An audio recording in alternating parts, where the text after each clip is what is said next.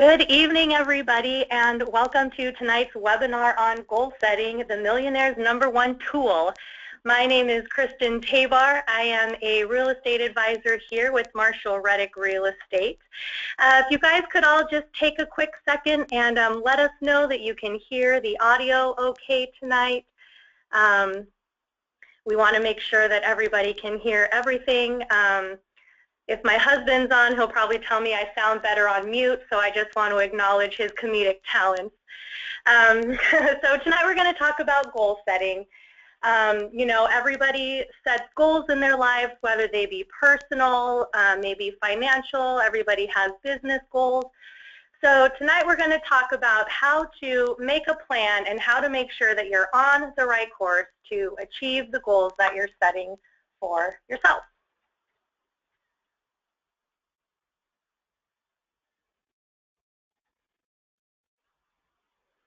All right, so for those of you who are just joining us for the first time tonight, welcome. Glad you could join us. I'll give you a little bit of information about who Marshall Reddick is and what we do.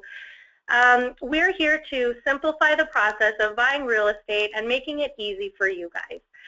We do that by offering mentoring, by offering education, these webinars that we put on for you guys so that you can gather all the information that you need to be educated investors. We handpick investment properties across the U.S. We do that by narrowing down markets that we know are going to be successful in your real estate portfolios. And we give you access to our team of professionals. We like to call ourselves a well-oiled machine. You'll have everyone you need to have a smooth real estate transaction at your fingertips, including the list you see here, number 4, lenders, real estate agents, property managers, you name it. We have a team for you to use. And this is me. Like I said, my name is Kristen Tabar. I'm a licensed agent here in California and a real estate advisor. My husband and I own 5 rental properties in the states you guys see. They're listed. And, you know, as part of the goal setting tonight, we'll talk about some of the goals that I have and some of the ways that I've been able to achieve those goals, not only on my own, but also with my husband as well, my teammate, as I say. You can see the pictures down there. That's my 10-month-old, Justin, and our wedding photo, and just a couple of things that I had goals to do in my life. I wanted to get married. I wanted to have a family, and as you can see, I've achieved those goals, and I have many more in my life that I hope to accomplish as well.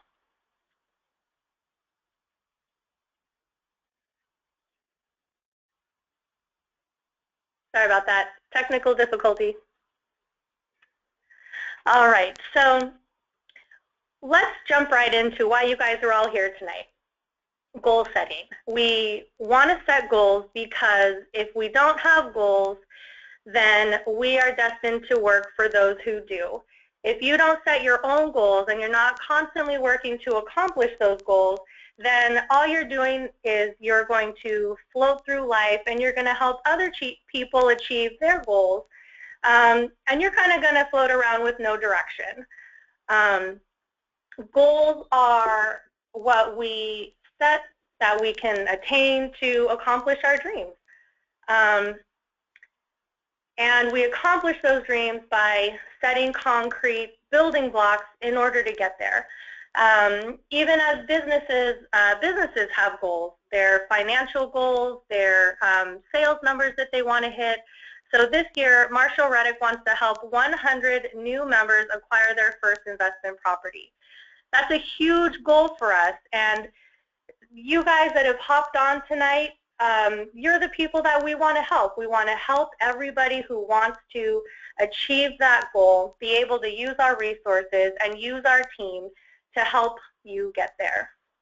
And we also want to help members who have already been purchasing property, who own property, whose goal was to retire this year.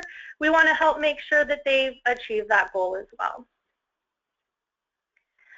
All right, so why does goal setting work? Why do we need to achieve goals? Goals are a guidance system.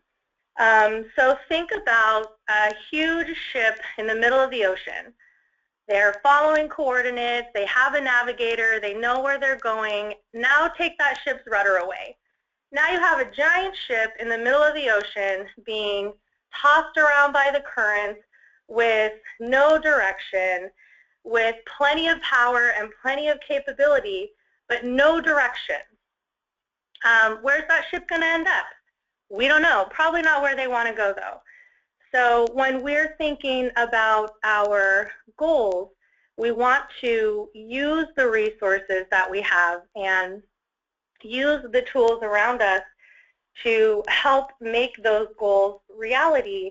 And what we don't want to do is be sitting around at, the end of our life thinking, what could I have done? We don't want to wish we had done more. We want to be able to sit there and say, wow, look at all the things I accomplished.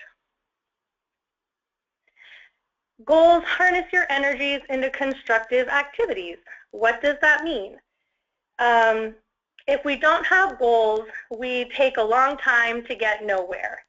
And we can either waste our time or we can use our time. And what I mean by that is we can use our time to do constructive activities that help us get to our goals, or we can sit around and watch TV, or we can sit around and play Candy Crush on our phones, or we can surf the internet, and we're busy, we're doing something, but we're not doing constructive activities that help us accomplish anything.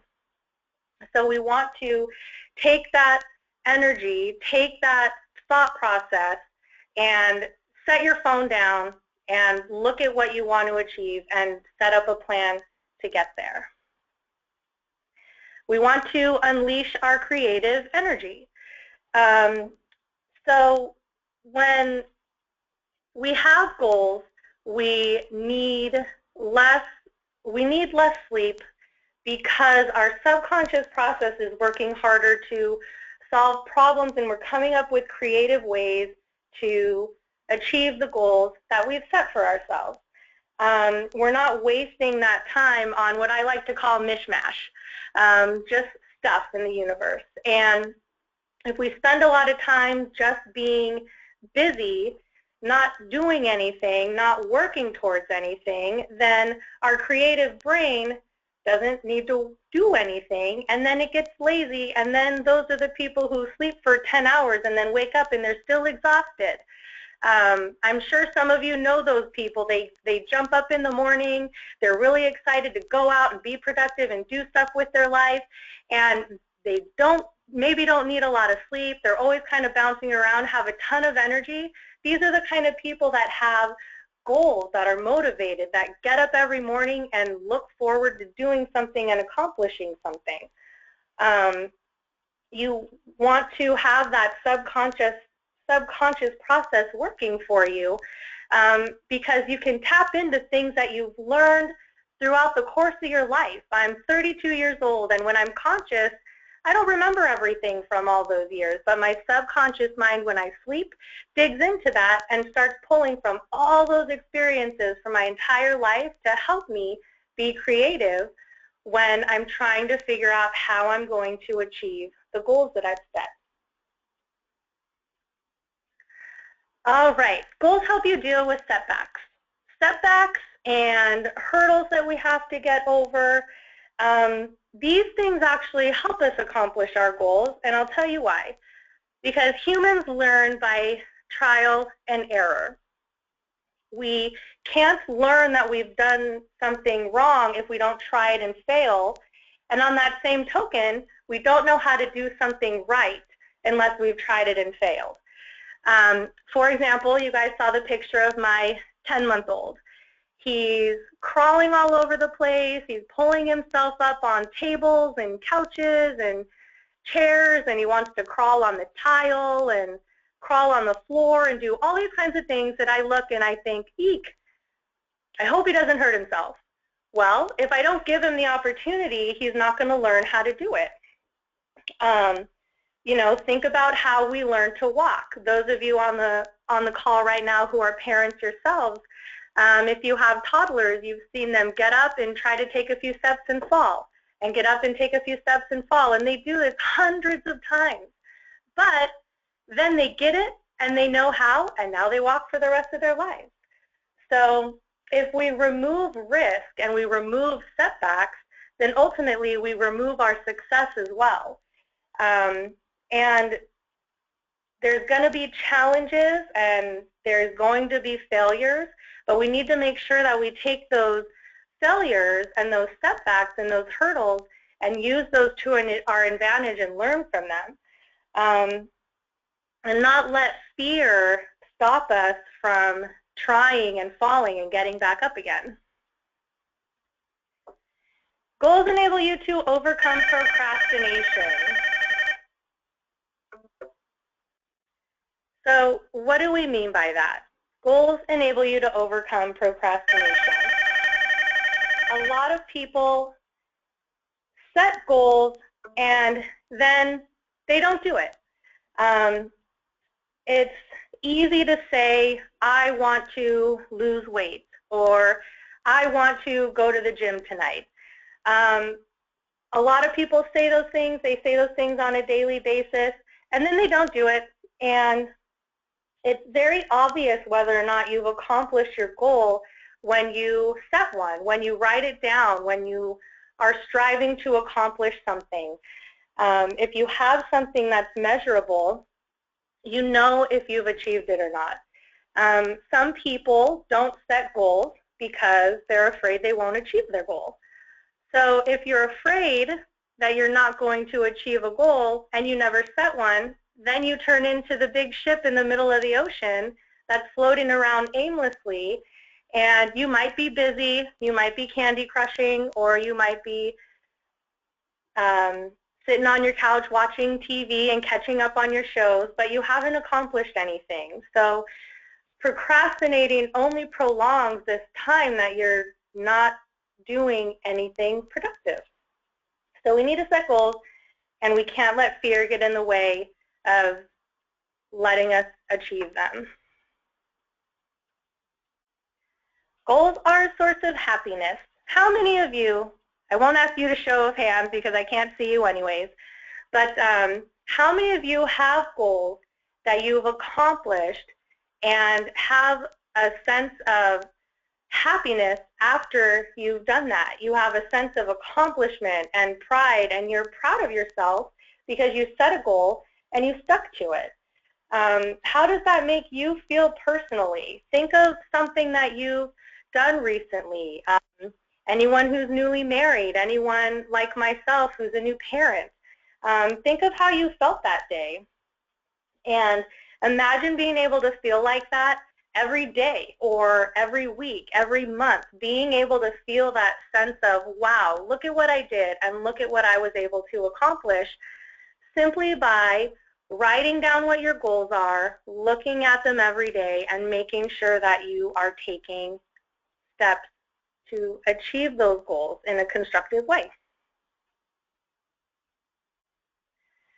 All right, goals give you a standard against which you can measure your success. So if we don't have goals, how do we know we've accomplished anything? A lot of people say, and I said this earlier, I'm busy. Well, everybody's busy. And if you think about it, if someone asked you how your day was and you said busy, what did your busyness accomplish today? What has it gotten you to? Are you achieving your milestone goals? Are you stepping up that ladder as you're busy? Or are you just getting along? Everybody take a second to kind of think about what your day was like today. Did you get something done that's been hanging over your head that you wanted to achieve? Did you do something that's measurable that you can say, I got this done today? Or did you sit at your computer and play Facebook? I don't know. But these are things that you know that you can take and internalize and say, okay, how can I change my daily activities so that I'm productive and I'm working towards what I want. I'm working towards making my dreams a reality. Our goals need to be SMART.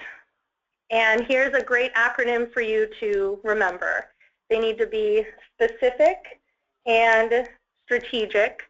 I want to lose weight isn't good enough. It's not specific or measurable, and you don't know, I mean, I want to lose weight, that's so broad. What's your time frame? How much? So you have to take what you want to do and break it down into little pieces where every day you can look at those things and say, wow, I did something that's getting me there.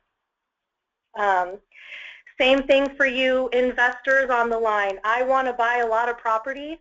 That's not measurable and it's not attainable. What's a lot? A lot to me might be different than a lot to you or Joe Smith, who also wants to have a lot of property. And if it's not measurable and we can't write it down and know that we've gotten there, then it's not a goal yet. Something that's reachable is maybe I want to buy one property a year. That's something that is specific, it's measurable, you know very well if you've achieved it, you will see a result, and it has a time frame, which hits all of these points that make a goal a SMART goal. All right, so we've got a poll question for all of you guys to make sure that you're still awake and make sure you're still paying attention. Hang on here 1 second while we... All right, well, looks like we are having a little bit of technical difficulties, everyone. I'm very sorry. Our poll questions are going to have to wait, or we might just have to skip them altogether. But hopefully you're awake and you're paying attention, and I'm sorry for the little hiccup in the presentation. We're going to go along from here. All right, so goals have to be specific and written down. Why do we need to write down our goals? Well, we want to look at them every single day. And if you look at this graph here, you'll see, for those of you who don't know, Dr. Marshall Reddick was a professor at Texas Tech, and he spent a lot of time studying his own goals and working through these exact same things that we're talking about now. And so this chart is from an education perspective based on people's types of learning and the percentage of information that they remember. So unless you're taking notes tonight on the presentation, you guys are probably going to remember about 5% of the things I say. What 5% is going to stick, I don't know, but that's about what the percentage is going to be if you're only listening. So if you're only reading something, your percentage jumps up a little higher. You're going to remember about 33%. When you write something down, it jumps up to 60%. And when you review that writing that you've done, now your retention jumps up to 80%. So if you have a goal and you write it down and you look at it every single day, your chances of doing the activities that are going to help you to achieve those goals jumps up to 80% because you see your goal, it's specific, it's written down, and now it's more than just a dream.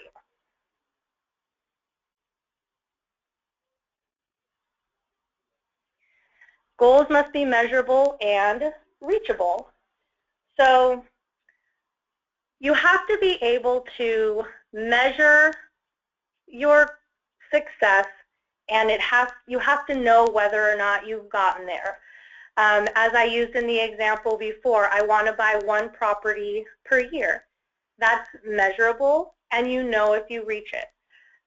If you want to lose 5 pounds, you say, I want to lose 5 pounds.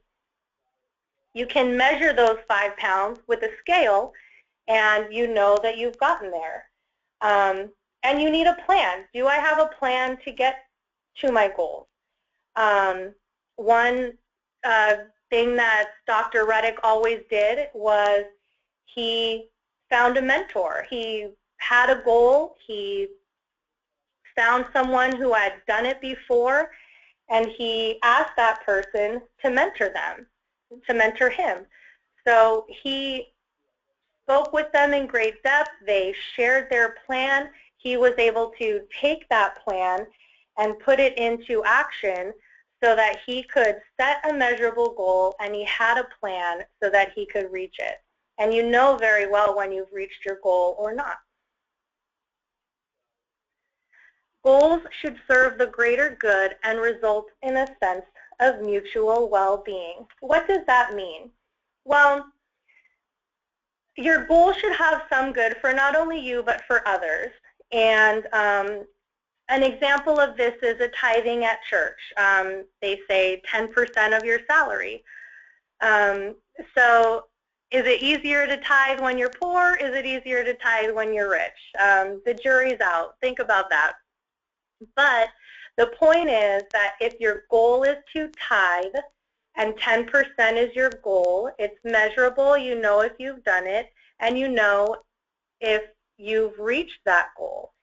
And it serves the greater good. You feel good about yourself, you've accomplished your goal, and you've given something, and you've helped out the greater good, being your church, the parishioners, the congregation. So not only have you achieved your own personal goal, but maybe you helped someone else achieve theirs. Another thing that I think was kind of funny is think about like a comic book. There's the villain and there's the hero. The villain has a goal to bring down the city or mass destruction. When do we ever see the villain win? The villain's goals don't serve the greater good, and the hero's goals always serve the greater good. They're trying to protect the population, protect the people, make sure that said villain doesn't win, and the hero always does because their goal has a greater purpose. And so think about that. If your goal has a greater purpose, how much more motivating that's going to be, and how much better you're going to feel once you get there.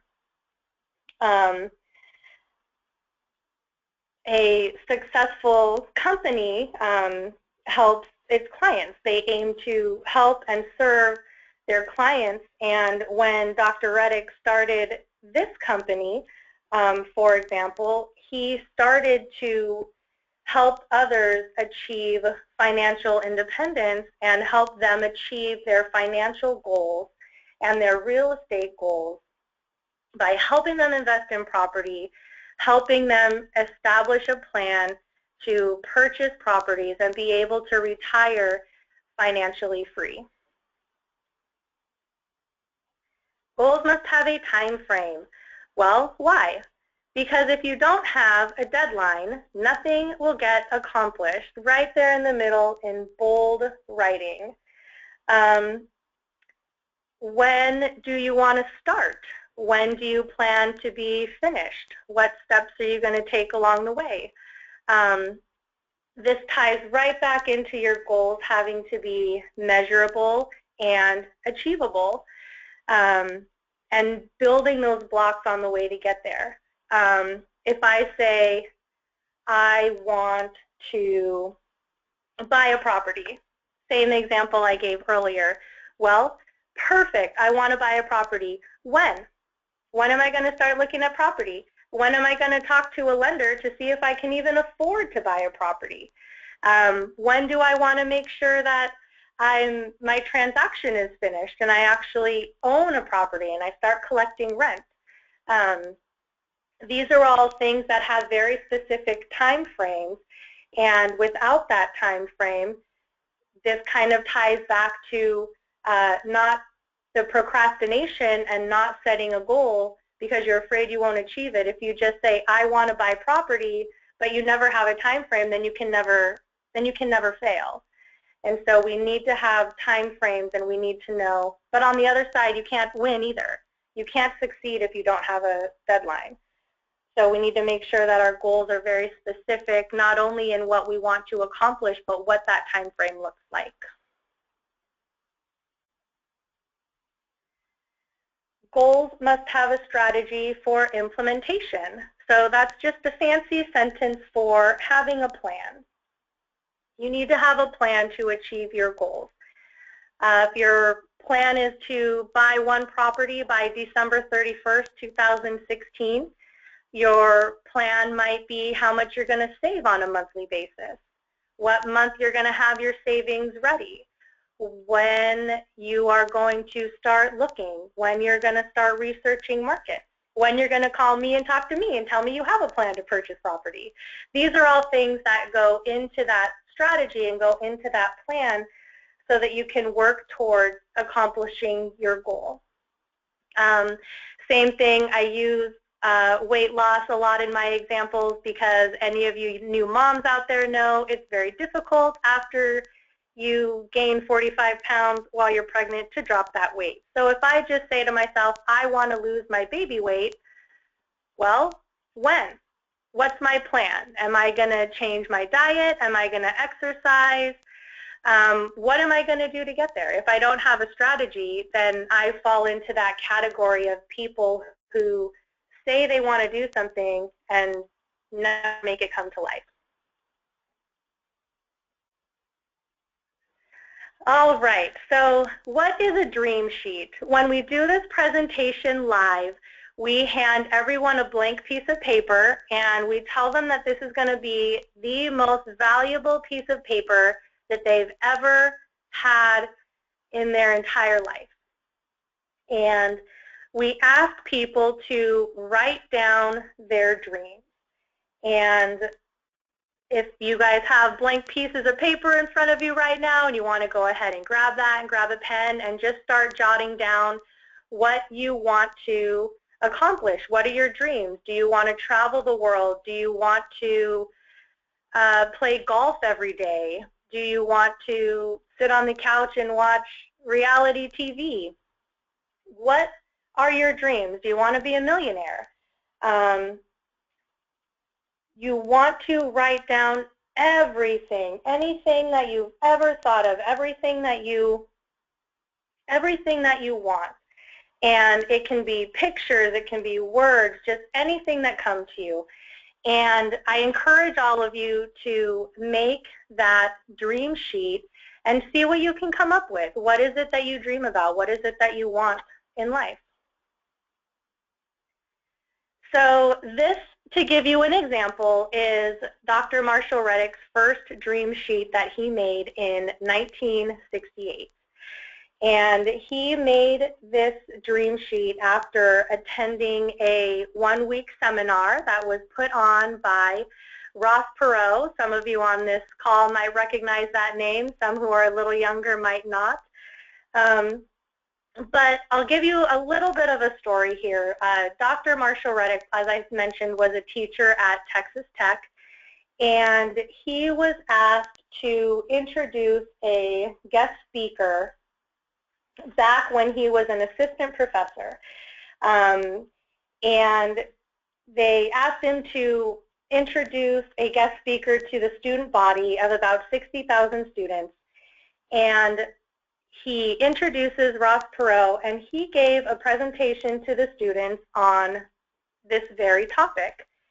And after that presentation, there was a dinner reception, and Ross Perot was going to sit at a head table, and he decided not to because he wanted to sit with the students and talk to them a little bit, get to know them, and wouldn't you know it, he ended up at Marshall's table sitting right next to him.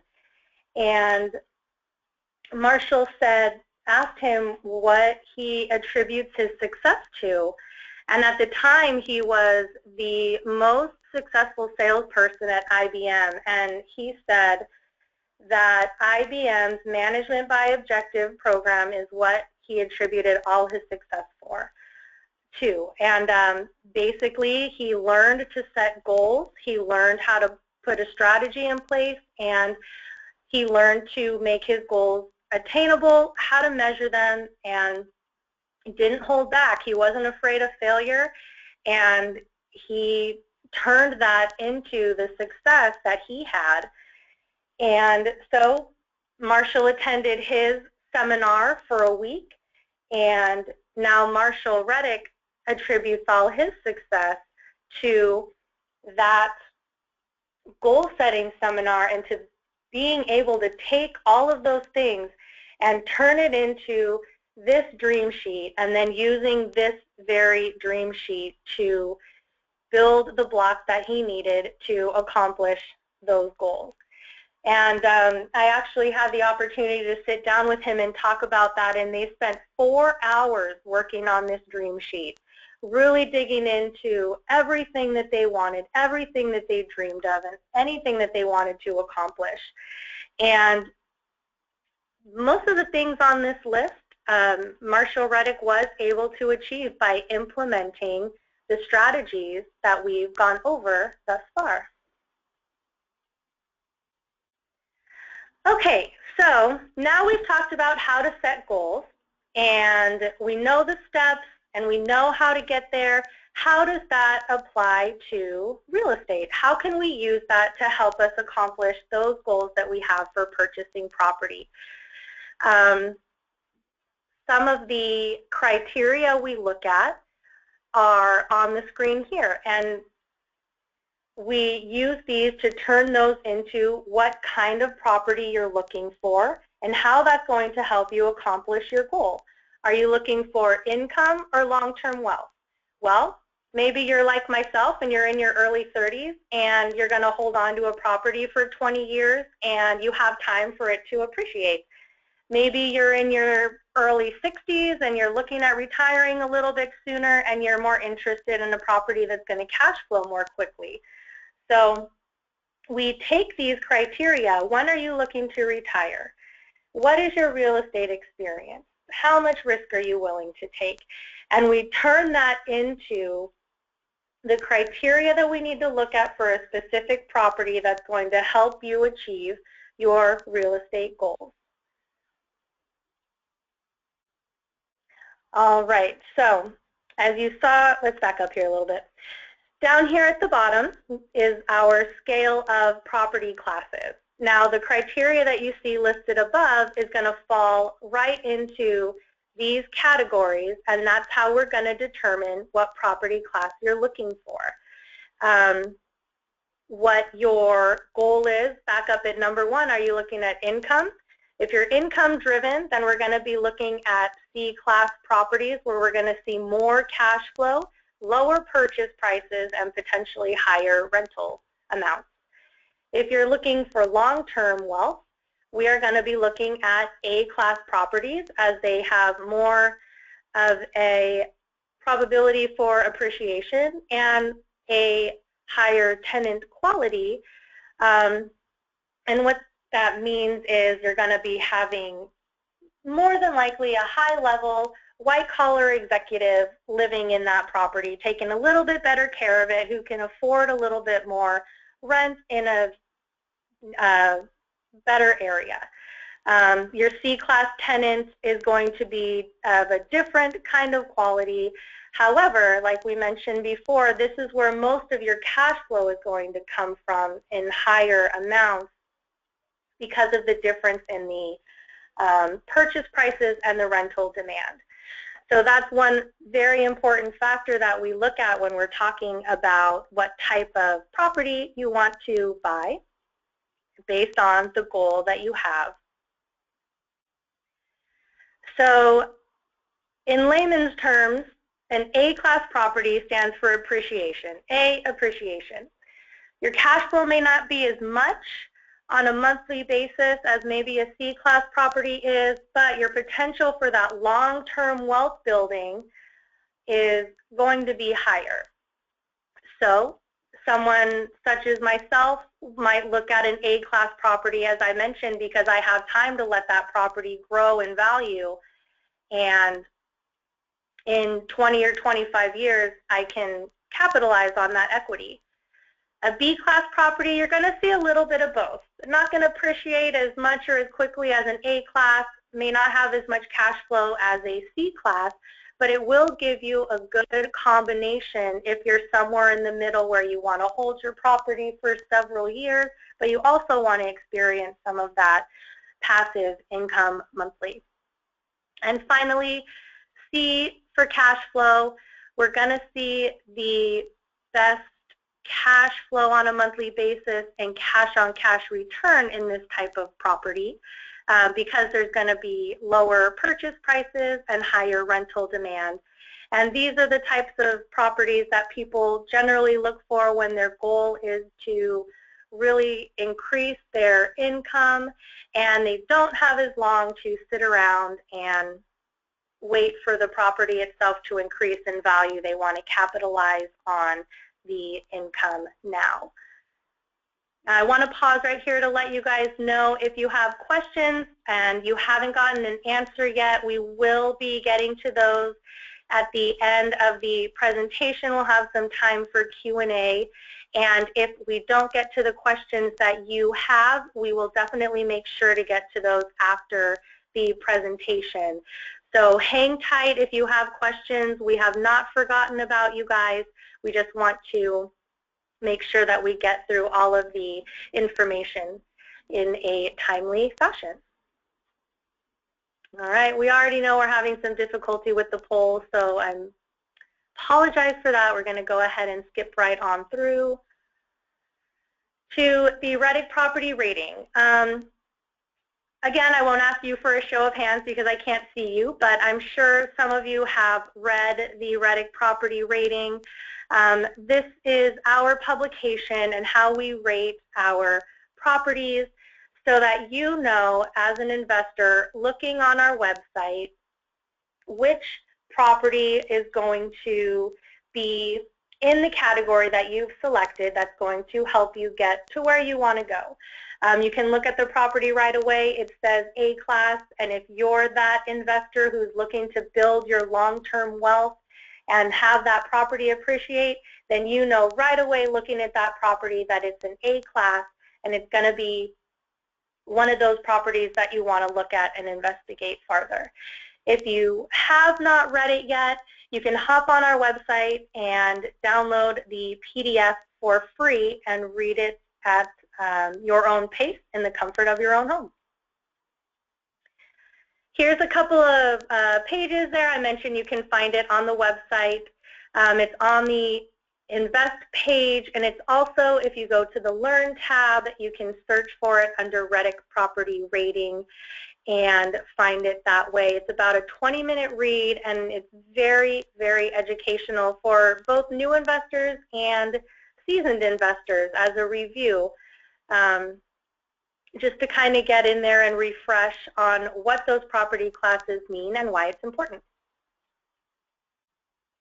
So one of the things that we base the property classes on is the median home price of that MSA. And what MSA is the market statistical area. So we look at that, and that helps us to determine what the class is based on the price in that market. So for the sake of easy math, when the MSA is $100,000, B-class property is going to be 80% of that to 100%, so 80,000 to 100,000. A C class is going to be 50,000 to 100, or 80,000, excuse me. So you're going to be 50,000 or 50% to 80%.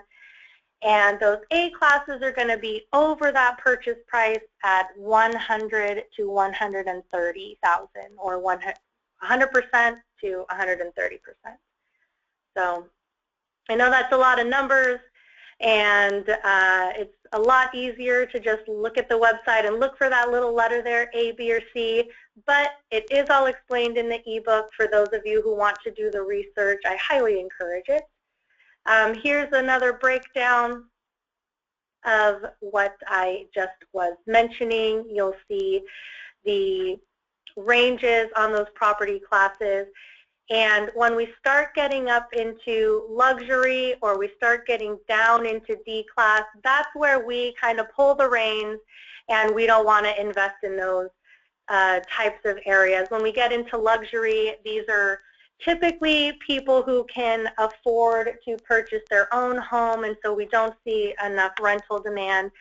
And when we get into D-class neighborhoods, we are looking at those kind of neighborhoods where you might not want to walk down the street at night. So we tend to stay away from those as well. So we're safe in the A, B, and C range, and that's where we want to stick. Here's a little breakdown of your maintenance and vacancy. Again, this ties into the property class, and these percentages are based on what we've seen over hundreds of investors owning property and taking that on a 15-year average. And we see that it works out most of the time. For an A-class property, remember, you're looking at a high-level executive, someone who's going to take pride in their home, someone who's going to take care of their property, and we tend to see that the maintenance and the vacancy is lower in this A-class range. It gets a little bit higher as we get into B-class, and then in that C-class property, you're going to be looking at more potential for maintenance and more potential for vacancy, just based on the areas and based on the tenant quality that you can expect. Here is our financial calculator, and this is going to help you break down the financials on a property that you're looking at. So if your goal is to replace your income, first of all, you need to set, how long do you want that to take? I want to replace my income in 10 years. Perfect. So now we need to back up and create the steps to get there. So this property example on the calculator, you guys see their cash flow is $233.70 per month. Now this is going to be conservative using our numbers for maintenance and vacancy, which we just saw. So those of you who want to look at that number can see, okay, if I have a passive income of $233 a month with this one property, you can approach this in a couple of ways. How many properties do I need to own at $200 a month to replace my income? Or maybe this brings you back down to earth a little bit and you see, okay, $233 a month isn't going to replace my income in the time frame that I'd like it to, so what can I do to adjust?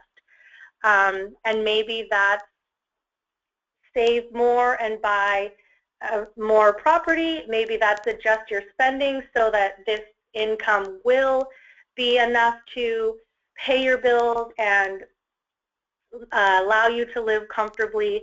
So this is a great tool in deciding what type of property, what income from your property is going to help you achieve the financial goals that you have. There's a couple of ways that you can measure the return of a property. You can measure that by the return on investment. Someone maybe who is looking at that A-class property who wants to know what their property is going to make them over time. They want to sell in 25 years. This will be a great way for you to look at that return on investment, see what your potential is, and decide whether or not that property is going to be a good investment for you. On the other hand, someone who is looking for that cash on cash return and that cash flow monthly might be looking for that cash on cash return percentage, and that's going to be the most important factor for them. What is that going to look like every year? And if I hold on to this property for 15 or 20 or 25 years, how is that going to change, and how does that help me achieve my goal? So what property class is for you?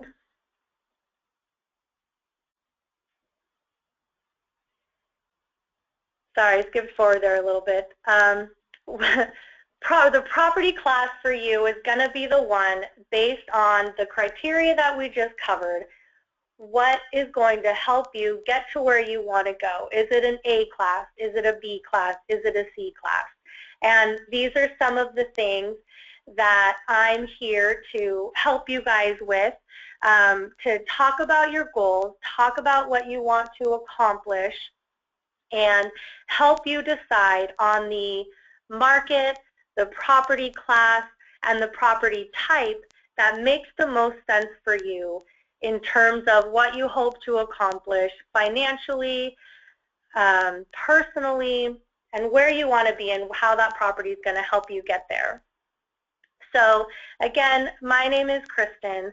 I am an advisor and a realtor here, and the cost to bounce ideas around and talk about what you're wanting to do is zero. It costs $0 for you to call in and say, you know, I haven't really thought about my goals until last night, and you know, now I'm really thinking about this, and I just wanted to bounce some ideas around. That's totally fine. There's never a bad time to start thinking about what your goals are and what you can do to accomplish those. And whether you're a new investor who's just looking to get started, or you own a couple properties and you're looking to grow that portfolio, we will come up with a customized plan for you and a strategy for how you're going to do that. How are you going to increase your portfolio? How are you going to get started? And what steps you need to take based on your goal, your time frame, and we help you through the process from start to finish. So from the moment that we jump on the phone and we start getting to know each other and talking about what you want to accomplish, all the way through the life of your investment. If you buy a property today and in 6 months, 1 year, 2 years, you want to call me and talk about it, I am here. So start to finish isn't only when you close on that transaction, but it really is through the entire life of your investment. Here is my contact information. Again, my name is Kristen. There is my email address and my phone number here and our company website. So you guys will be able to jump on there and ask me any questions that you want. You can send me an email if you like that better. You can call me on the phone. You can send me an email and tell me when's the best time for me to call you. Whatever you guys prefer. And then our company website, you can hop on and start looking at those properties, looking at the property classes, download that ebook, and really get an idea for what's out there and what's available and how to achieve the goals you have. So we've got a couple of questions. I wanted to try to get to these. One of them comes from Shelly. Shelly asks, what is your 5-year goal? Shelly, that's a great question. It's a little bit broad, so I'm going to pick 2 things and I'm going to focus on those. In 5 years, my husband and I would like to have at least 3 more properties. As I mentioned, we have 5 currently. We are looking to sell 1 this year, and in the next 5 years have 3 more. Expanding beyond those 5 years, we hope to be able to retire when we want to, and obviously one of us will be able to retire first. I hope it's me. My husband hopes it's him. But as soon as we get to that point where we have the ability to do that, that's what we want to do. A second goal that I have in 5 years is for my husband and I to own our own home here in California. Right now we're currently renting, and as I mentioned, we have a 10-month-old. We do plan on having another baby, and we want to be able to settle down in a neighborhood where we can send the kids to school and be able to settle in, get our roots planted, and go on from there. I have another question from Brad. When did you purchase your first property? So this is kind of a double question as well. My husband bought his first property before we were married. So when I say we have 5 properties, together we have 4. One of them I was not included in at all.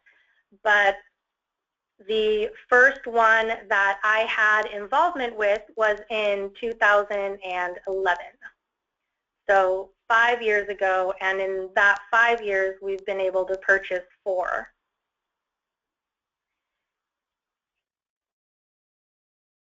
All right, this next question is from Jeff. Are maintenance and vacancy taken out of the monthly statement? Jeff, that is a great question. The maintenance and vacancy are not taken out of your monthly statement. When we put those numbers in our website, it's an estimate, and those are numbers that we want you to think about putting aside, because as a property owner, you will have vacancies, you will have tenant turnover, tenant will move out, you'll have to get another one in there. It can take as little as 2 weeks, it can take as many as 60 days or more. So we want you to account for those things that will come up in the future. Same thing with maintenance. You will have things that happen. Maybe you have a garage door break. My husband and I recently had to replace a smoke detector and every single smoke detector battery in the property that we own. So these types of expenses do come up. So those are funds that we suggest you put away for that occasion. If you go on our website on the financial calculator, the vacancy field and the maintenance field can be reduced to 0. So you can see what your actual cash flow looks like on a monthly basis that you would actually see in your account. Great question though. Those are just estimates and will not be drawn out. Your property manager will take their fee and send you the rest.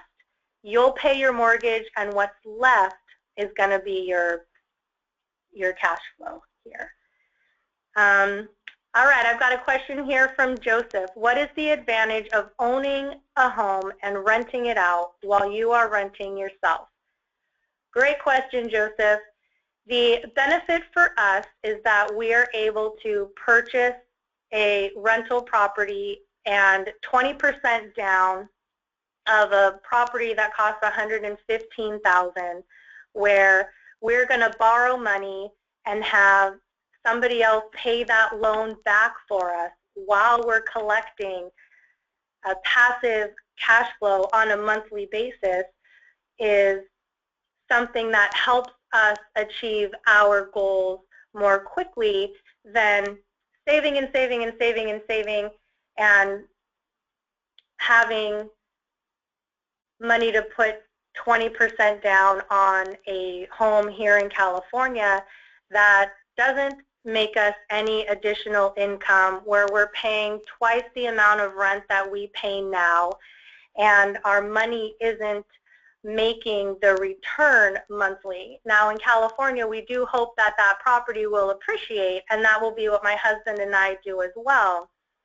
But for the time being, since we are able to invest our money, that gives us a return monthly in addition to supplementing our incomes, made more sense for us and our goals. As I had mentioned earlier, everyone's goals are different. There might be some of you sitting out there thinking, wow, she's crazy, and others that are thinking, wow, that's a really great idea. So my investment plan isn't going to work for everybody, but that's the benefit that we see into doing that.